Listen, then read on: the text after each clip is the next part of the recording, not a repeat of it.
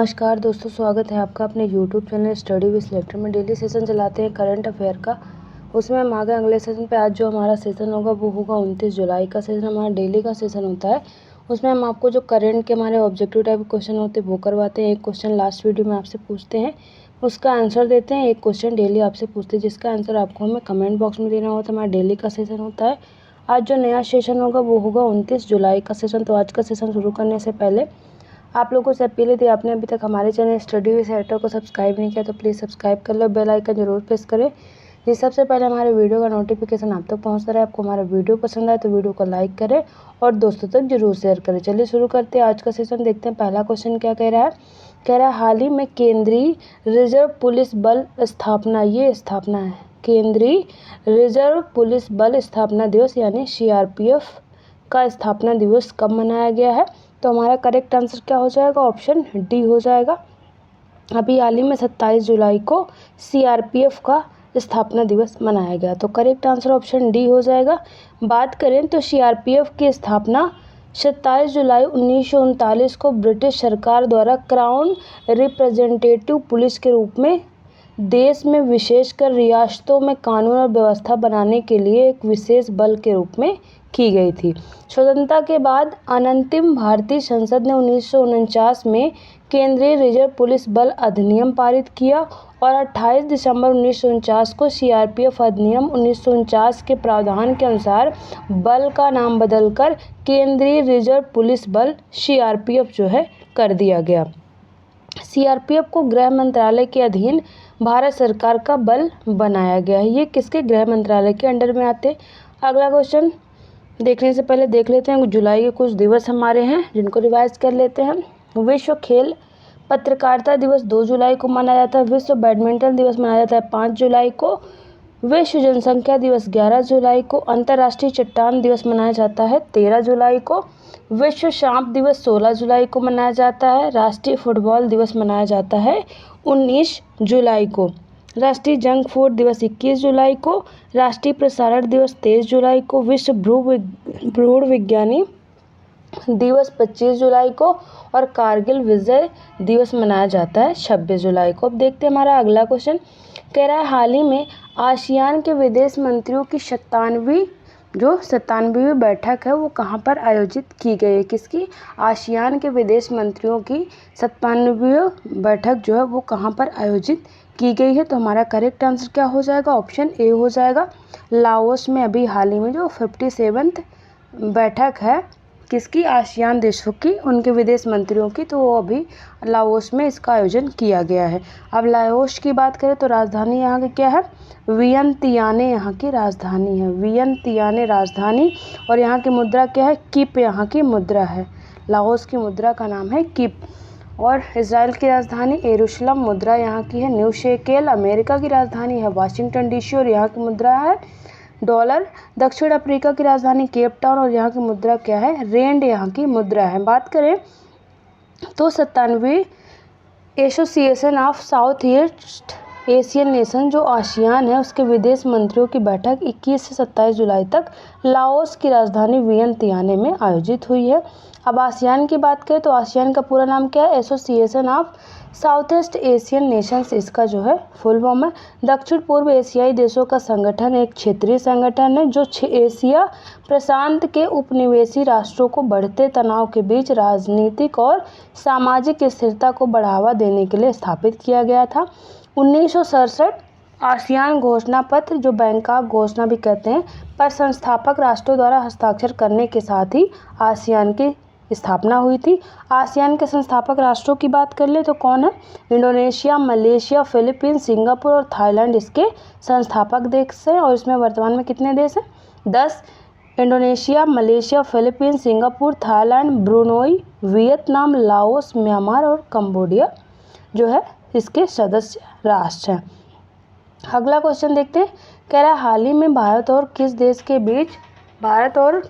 के बीच सांस्कृतिक परिसंपत्तियों को लौटाने और संरक्षण के लिए पहला द्विपक्षीय समझौता हुआ है। भारत और किस देश के बीच सांस्कृतिक परिसंपत्तियों को लौटाने और संरक्षण के लिए पहला द्विपक्षीय समझौता हुआ है। तो करेक्ट आंसर हमारा ऑप्शन ए हो जाएगा, भारत और अमेरिका के बीच जो सांस्कृतिक परिसंपत्तियां हैं उनको लौटाने और संरक्षण के लिए पहला द्विपक्षीय जो है समझौता अभी हाल ही में हुआ है। तो करेक्ट आंसर ऑप्शन ए हो जाएगा। अमेरिका की बात ऊपर कर चुके हैं। चीन की राजधानी की बात करें तो बीजिंग है। मुद्रा यहाँ की रेनमिनबी। ऑस्ट्रेलिया की राजधानी कैनबरा और मुद्रा यहाँ की क्या है, ऑस्ट्रेलियन डॉलर है। फ्रांस की राजधानी पेरिस और मुद्रा है यहाँ की यूरो। बात करें तो भारत और अमेरिका के बीच एक बड़ा समझौता हुआ। समझौते के तहत संस्कृति से जुड़ी संपत्तियों की अवैध तस्करी पर लगाम लगाई जाएगी। इसके अलावा जो पौराणिक वस्तुएं हैं उनके मूल स्थान पर लौटाने को लेकर भी समझौता हुआ है। अमेरिका से भारत की पौराणिक वस्तुओं और ऐतिहासिक कलाकृतियों को स्वदेश लाने में मदद मिलेगी। उन्होंने आगे बताया कि अमेरिका में भारत की 297 जो ऐतिहासिक वस्तुएं जिन्हें भारत में वापस लाया जाएगा इस समझौते के तहत। अब बढ़ते हैं हम अगले क्वेश्चन की तरफ। अगला क्वेश्चन देखते हैं। हमारा अगला क्वेश्चन क्या कह रहा है। हाल ही में कारगिल नायक कैप्टन हनीफुद्दीन की प्रतिमा का अनावरण कहाँ किया गया है। जो कारगिल नायक हैं कैप्टन हनीफुद्दीन की प्रतिमा का अनावरण किया गया, कहाँ पर किया गया है। करेक्ट आंसर हमारा क्या हो जाएगा, ऑप्शन बी हो जाएगा। केरल में अभी हाल ही में जो कैप्टन हनीफुद्दीन है उनकी प्रतिमा का अनावरण किया गया। तो करेक्ट आंसर ऑप्शन बी हो जाएगा। केरल की बात करें तो राजधानी यहाँ की क्या है, तिरुवनंतपुरम यहाँ की राजधानी है और स्थापना दिवस है 1 नवंबर 1956। यहाँ के जो गवर्नर है यहाँ के गवर्नर आरिफ मोहम्मद खान और यहाँ के सीएम है पिनराई विजयन, यहाँ के सीएम का नाम है। बात करें तो वीर चक्र से सम्मानित राजपूताना राइफल्स के वीर अधिकारी कैप्टन हनीफुद्दीन की प्रतिमा का केरल के एक स्कूल में भव्य समारोह में जो है अनावरण किया गया है।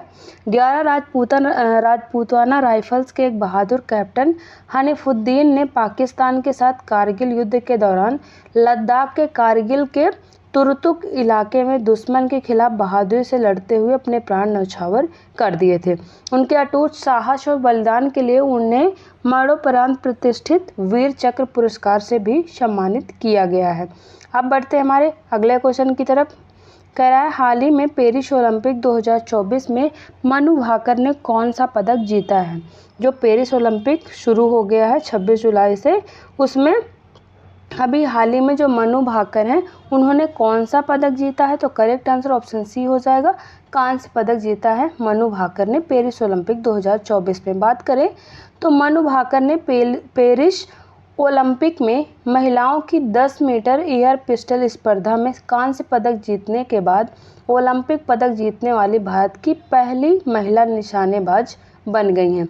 फाइनल में बाहर होने पर वह किम एजी से सिर्फ 0.1 अंक पीछे थी।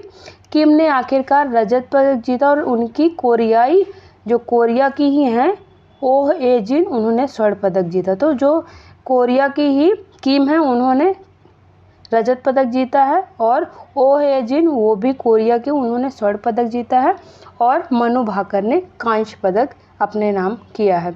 अगला क्वेश्चन देखते हैं। कह रहा है हाल ही में किस आईआईटी ने सुंदर पिचाई को डॉक्टर ऑफ साइंस की उपाधि से सम्मानित किया है। किस आईआईटी ने सुंदर पिचाई को डॉक्टर ऑफ साइंस की उपाधि से सम्मानित किया है। तो करेक्ट आंसर ऑप्शन ए हो जाएगा। आईआईटी खड़गपुर ने अभी हाल ही में जो सुंदर पिचाई हैं उनको डॉक्टर ऑफ जो साइंस है उसकी उपाधि से सम्मानित किया है। तो करेक्ट आंसर हमारा ऑप्शन क्या हो जाएगा, ऑप्शन ए हो जाएगा। बात करें तो गूगल के सीईओ सुंदर पिचाई को हाल ही में सैन फ्रांसिस्को में आयोजित एक समारोह में उनके संस्थान आईआईटी खड़गपुर से मानद डॉक्टरेट की उपाधि मिली है। श्री पिचाई को मानद डॉक्टर ऑफ साइंस ऑनोरिस कासा से सम्मानित किया गया, जबकि उनकी पत्नी अंजलि पिचाई को केमिकल इंजीनियरिंग में उनकी उपलब्धियों के लिए विशिष्ट पूर्व छात्र सम्मान प्रदान किया गया है। अगला क्वेश्चन देखते हैं हमारा। कह रहा है हाल ही में किस राज्य के अस्पतालों और कॉलेजों में शक्ति रसोई खोलने की घोषणा की गई है। किस राज्य के हॉस्पिटल्स और कॉलेज में शक्ति रसोई खोलने की घोषणा की गई। तो करेक्ट आंसर हमारा ऑप्शन बी हो जाएगा, उत्तर प्रदेश। उत्तर प्रदेश की बात करें तो राजधानी यहाँ की क्या है, लखनऊ। स्थापना दिवस है 24 जनवरी 1950। यहाँ के जो गवर्नर है आनंदीबेन पटेल और यहाँ के सीएम है योगी आदित्यनाथ। बात करें तो मुख्यमंत्री योगी आदित्यनाथ के निर्देश पर नगर विकास विभाग शहरी क्षेत्रों में लोगों को सस्ता और साफ सुथरा खाना खिलाने के लिए शक्ति रसोई का विस्तार करने जा रहा है। दूसरा चरण है ये शक्ति रसोई का। दूसरे चरण में 41 जिलों में इसकी शुरुआत होने जा रही है। इसमें 14 डीएम कार्यालय, 11 तहसील परिषद, 6 जिला अस्पताल व स्वास्थ्य केंद्र, 4 डिग्री कॉलेज, 2 नगर निगम परिषद, 3 विकास भवन और 4 अन्य स्थान जो है वहाँ पर इसको खोला जाएगा। कुल 44 स्थानों का चयन किया जा चुका है। इसकी शुरुआत 15 अगस्त से करने की तैयारी है। शक्ति रसोई के माध्यम से स्थानीय पकवान को बढ़ावा दिया जाएगा। इसमें संबंधित जिलों के विशेष महत्व रखने वाले पकवानों को शक्ति रसोई में परोसा जाएगा। पहले चरण की बात करें तो पहले चरण में इसे 15 जिलों के 25 स्थानों लखनऊ, वाराणसी, गोरखपुर, प्रयागराज और अन्य शहरी क्षेत्रों में इसको चलाया जा रहा है पहले चरण में। दूसरा चरण जो है उसको 41 जिलों में चलाने की शुरुआत की गई है। आगे बढ़ते हैं। अगला क्वेश्चन कह रहा है हाल ही में भारत की पहली एकीकृत कृषि निर्यात सुविधा कहाँ स्थापित करने की घोषणा हुई है। भारत की पहली एकीकृत कृषि निर्यात सुविधा कहाँ पर स्थापित करने की घोषणा हुई है। करेक्ट आंसर ऑप्शन सी हो जाएगा। जवाहरलाल नेहरू पोर्ट पर भारत की पहली एकीकृत कृषि निर्यात सुविधा स्थापित करने की घोषणा की गई है। तो करेक्ट आंसर हमारा ऑप्शन सी हो जाएगा, जवाहरलाल नेहरू पोर्ट। बात करें तो भारत की कृषि निर्यात और आयात क्षमताओं को मजबूत बनाने की दिशा में एक महत्वपूर्ण पहल के रूप में केंद्रीय बंदरगाह, जहाजरानी और जलमार्ग मंत्री जो हैं सर्बानंद सोनोवाल ने जवाहरलाल नेहरू बंदरगाह प्राधिकरण के लिए 284.19 करोड़ रुपए की लागत से पीपीपी माध्यम से जेएनपीए में मतलब जवाहरलाल नेहरू बंदरगाह में निर्यात आयात सह घरेलू कृषि वस्तु आधारित प्रसंस्करण और भंडारण सुविधा के विकास से जुड़ी परियोजनाओं को स्वीकृति दे दी है। जवाहरलाल नेहरू बंदरगाह 67,422 वर्ग मीटर के क्षेत्र में एक अत्याधुनिक कृषि सुविधा स्थापित करने जा रहा है। यह अग्रणी सुविधा रसद में अक्षमताओं को दूर करेगी, कई प्रबंधन व्यवस्थाओं में सुधार लाएगी और कृषि उत्पादों की सुरक्षा अवधि को भी बढ़ाएगी। अगला क्वेश्चन देखते हैं। हमारा कह रहा है हाल ही में किस राज्य सरकार ने अग्निवीरों को 10% आरक्षण देने की घोषणा की है। किस राज्य सरकार ने अग्निवीरों को 10% आरक्षण देने की घोषणा की है। तो हमारा करेक्ट आंसर क्या हो जाएगा, ऑप्शन बी हमारा करेक्ट हो जाएगा। राजस्थान गवर्नमेंट ने अभी हाल ही में अग्निवीरों को 10% आरक्षण देने की घोषणा की है। अब राजस्थान की बात कर लेते हैं। तो यहाँ की राजधानी है जयपुर। स्थापना दिवस है 30 मार्च 1949 और यहाँ के गवर्नर अभी हाल ही में नियुक्त हुए हैं हरिभाऊ किशन राव बागड़े। हरिभाऊ किशन राव बागड़े यहाँ के अभी हाल ही में राज्यपाल बने हैं। और यहाँ के सीएम की बात करें तो भजन लाल शर्मा यहाँ के सीएम हैं।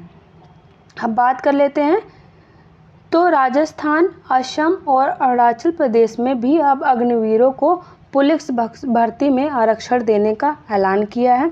तीनों राज्यों के जो मुख्यमंत्री हैं उन्होंने इसकी घोषणा की। 26 जुलाई को मध्य प्रदेश, उत्तर प्रदेश, ओडिशा, गुजरात और छत्तीसगढ़ की सरकारों ने भी आरक्षण देने की घोषणा की थी और 17 जुलाई को हरियाणा और 22 जुलाई को उत्तराखंड सरकार भी अग्निवीरों को आरक्षण देने का ऐलान पहले ही कर चुकी है। इस तरह से अब तक 10 राज्य ये घोषणा कर चुके हैं जो अग्निवीरों को आरक्षण देंगे। ऐसी 2 साल पहले केंद्रीय गृह मंत्रालय ने भी बीएसएफ, सीआरपीएफ, आईटीबीपी, एसएसबी और सीआईएसएफ में अग्निवीरों को 10% आरक्षण देने की घोषणा की थी। इस साल 22 जुलाई को इसे लागू भी कर दिया गया है। अगला क्वेश्चन देखते हैं। कह रहा है हाल ही में किस देश के मंडेला विरासत स्थलों को यूनेस्को विरासत का दर्जा मिला है। किस देश के मंडेला विरासत स्थलों को यूनेस्को विरासत का दर्जा मिला है। करेक्ट आंसर ऑप्शन बी हो जाएगा। साउथ अफ्रीका के मंडेला विरासत स्थल जो है उनको अभी हाल ही में यूनेस्को विरासत का दर्जा मिला है। तो करेक्ट आंसर ऑप्शन बी हो जाएगा। साउथ अफ्रीका की बात करें तो राजधानी यहाँ की क्या है, केप टाउन। मुद्रा है रेंड। अमेरिका की बात कर चुके हैं। ऑस्ट्रेलिया की राजधानी कैनबरा और मुद्रा यहाँ की ऑस्ट्रेलियन डॉलर है। रूस की राजधानी है मॉस्को और यहाँ की मुद्रा है रूबल यहाँ की मुद्रा का नाम है। बात करें तो दक्षिण अफ्रीका में मुक्ति संग्राम और मानवाधिकार योद्धा नेल्सन मंडेला से जुड़े ऐतिहासिक स्थलों को यूनेस्को विश्व धरोहर सूची में शामिल किया गया है। विश्व धरोहर समिति के 46वां सत्र है उसके दौरान यह घोषणा की गई है। और आपको पता है कि विश्व धरोहर समिति का जो 46वां सत्र है उसका आयोजन भारत में ही किया गया है, उसमें यह घोषणा की गई है।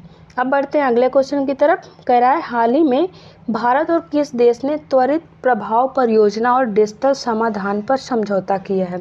भारत और किस देश ने त्वरित प्रभाव परियोजना और डिजिटल समाधान पर समझौता किया है? तो करेक्ट आंसर ऑप्शन सी हो जाएगा। भारत और लाओस ने अभी हाल ही में त्वरित प्रभाव परियोजना और डिजिटल समाधान पर समझौता किया है। तो करेक्ट आंसर हमारा ऑप्शन सी हो जाएगा। लाओस की बात ऊपर कर चुके, लेकिन फिर देख लेते हैं। राजधानी वियंतियाने है और यहाँ की मुद्रा क्या है? किप यहाँ की मुद्रा है। जापान की राजधानी टोक्यो और यहाँ की मुद्रा क्या है? येन। बाकी हम बात फ्रांस की और रूस की कर चुके हैं। बात करें तो मेकांग गंगा सहयोग के तहत लाओस के लिए 10 त्वरित प्रभाव परियोजनाओं और डिजिटल समाधान को लेकर समझौते पर हस्ताक्षर हुए हैं।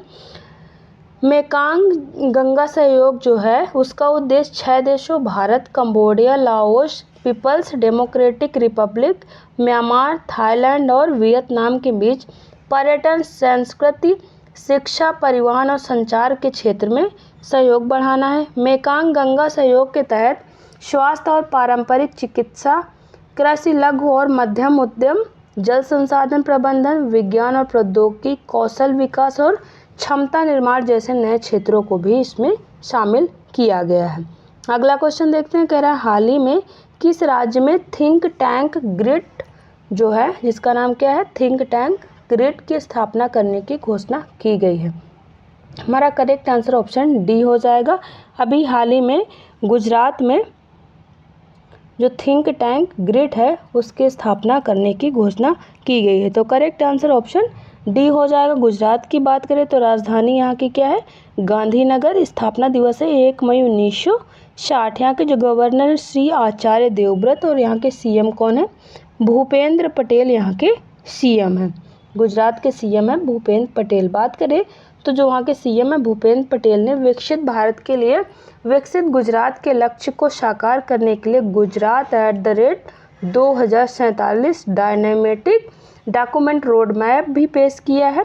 मुख्यमंत्री ने इन लक्ष्यों को व्यवस्थित रूप से प्राप्त करने के लिए नीति आयोग की तर्ज पर ही एक थिंक टैंक जो ग्रिड, जिसका फुल फॉर्म क्या है? गुजरात राज्य परिवर्तन संस्थान के गठन की भी घोषणा की है। अगला क्वेश्चन देखते हैं हमारा। कह रहा है हाल ही में किसने भुगतान ऐप MDG नेक्स्ट और AI संचालित VMR को लॉन्च किया है? किसने भुगतान ऐप MDG नेक्स्ट और AI संचालित VMR को लॉन्च किया है? तो करेक्ट आंसर ऑप्शन बी हो जाएगा। बैंक ऑफ बड़ौदा ने अभी हाल ही में MDG नेक्स्ट और AI संचालित VMR को लॉन्च किया है। तो करेक्ट आंसर ऑप्शन बी हो जाएगा। बात करें तो बैंक ऑफ बड़ौदा ने डिजिटल और प्रौद्योगिकी आधारित पहलों की एक श्रृंखला शुरू की है, जिसमें जनरेटिव AI संचालित वर्चुअल रिलेशनशिप मैनेजर जो VRM है और ग्राहकों के लिए भुगतान और बैंकिंग अनुभव को बढ़ाने के लिए UPI पर क्रेडिट लाइन शामिल है। JNAI संचालित VRM भारतीय बैंकिंग क्षेत्र में अपनी तरह की पहली पहल है जो बैंक के उत्पादों और सेवाओं के बारे में वास्तविक समय की जानकारी प्रदान करती है। साथ ही विशिष्ट बैंकिंग सेवाओं के लिए ग्राहकों की आवश्यकताओं को भी पूरा करती है। तो बैंक ऑफ बड़ौदा के द्वारा अभी इसकी शुरुआत की गई है। अगला क्वेश्चन देखते हैं। कह रहा हाल ही में राष्ट्रपति द्रौपदी मुर्मू ने कितने राज्यों के नए राज्यपालों की नियुक्ति की है? कितने राज्यों में नए राज्यपालों की नियुक्ति की गई है? तो करेक्ट आंसर ऑप्शन बी हो जाएगा। 10 राज्यों में अभी हाल ही में जो हमारे राष्ट्रपति हैं द्रौपदी मुर्मू, उनके द्वारा राज्यपालों की नियुक्ति की गई है। तो करेक्ट आंसर ऑप्शन बी हो जाएगा। अब बात कर लेते हैं वो स्टेट जहां के गवर्नर अभी हाल ही में चेंज हुए हैं। राजस्थान के गवर्नर कौन बने अभी हाल ही में? हरिभाऊ किशन राव बागड़े बने हैं। झारखंड के बने संतोष गंगवार। पंजाब के बने गुलाब चंद कटारिया और चंडीगढ़ के कौन बने हैं प्रशासक? गुलाब चंद कटारिया। छत्तीसगढ़ के बने हैं रामायण डेका। महाराष्ट्र के बने सीपी राधाकृष्णन। तेलंगाना के बने हैं गवर्नर जिष्णुदेव वर्मा। सिक्किम के ओम प्रकाश माथुर। असम के बने हैं लक्ष्मण प्रसाद आचार्य और मणिपुर के बने हैं लक्ष्मण प्रसाद आचार्य, जिनको अतिरिक्त प्रभार दिया गया है मणिपुर का। और मेघालय के बने हैं CH विजय शंकर। तो ये हमारे कुछ राज्यपाल हैं जिनकी अभी हाल ही में नियुक्ति की गई है, तो इनको आप ध्यान से देख लीजिएगा। अब बढ़ते हैं अगले क्वेश्चन की तरफ। कह रहा है हाल ही में SIDBI small industries development bank of India जो है उसके नए CMD कौन बने हैं? किसके? सिडबी के नए CMD कौन बने हैं? तो हमारा करेक्ट आंसर ऑप्शन बी हो जाएगा, मनोज मित्तल अभी हाल ही में सिडबी के नए CMD बन गए हैं। तो करेक्ट आंसर ऑप्शन बी हो जाएगा। इस तरह जो हमारा डेली का सेशन होता है ऑब्जेक्टिव टाइप के क्वेश्चन का ख़त्म होता है। अब देखेंगे एक क्वेश्चन जो डेली आपसे पूछते हैं जिसका आंसर आपको हमें कमेंट बॉक्स में देना होता है। क्वेश्चन कह रहा है हाल ही में किसे भारतीय लागत लेखागार संस्थान का अध्यक्ष नियुक्त किया गया है? ऑप्शन ए रवि अग्रवाल, या ऑप्शन बी कृष्ण वेंकट सुब्रमण्यम, या ऑप्शन सी ब्रजेश दीक्षित, या ऑप्शन डी विभूति भूषण नायक। तो इसका आंसर आप हमें कमेंट बॉक्स में ज़रूर दें। आप देख लेते हैं एक क्वेश्चन जो लास्ट वीडियो में आपसे पूछे थे। क्वेश्चन था हाल ही में किसे Rajasthan electronics and instrument limited REIL का प्रबंध निदेशक नियुक्त किया गया है? तो आंसर क्या हो जाएगा? ब्रजेश दीक्षित को अभी हाल ही में REIL का प्रबंधक नियुक्त किया गया है। इस तरह जो हमारा डेली का सेशन होता है वो ख़त्म होता है और डिस्क्रिप्शन में हमारे टेलीग्राम चैनल का लिंक दिया, वहाँ से आप हमारे टेलीग्राम चैनल को जरूर ज्वाइन करें। वहाँ पर जो डेली सेशन चलाते हैं उसकी PDF आपको एकदम फ्री में अवेलेबल रहेगी और लास्ट में सारे क्वेश्चन के आंसर रहते हैं जिससे आपको रिवीजन में आसानी होगी। तो आप हमारे टेलीग्राम चैनल को जरूर ज्वाइन करो। जाने से पहले आप लोगों से अपील है, आपने अभी तक हमारे चैनल स्टडी विद सेलेक्टर को सब्सक्राइब नहीं किया तो प्लीज़ सब्सक्राइब कर ले, बेल आइकन जरूर प्रेस करें जिस सबसे पहले हमारे वीडियो का नोटिफिकेशन आप तक पहुंचता रहे। आपको हमारा वीडियो पसंद आए तो वीडियो को लाइक करें, दोस्तों तक जरूर शेयर करें। चलिए मिलते हैं आपसे नेक्स्ट वीडियो में, तब तक के लिए थैंक यू।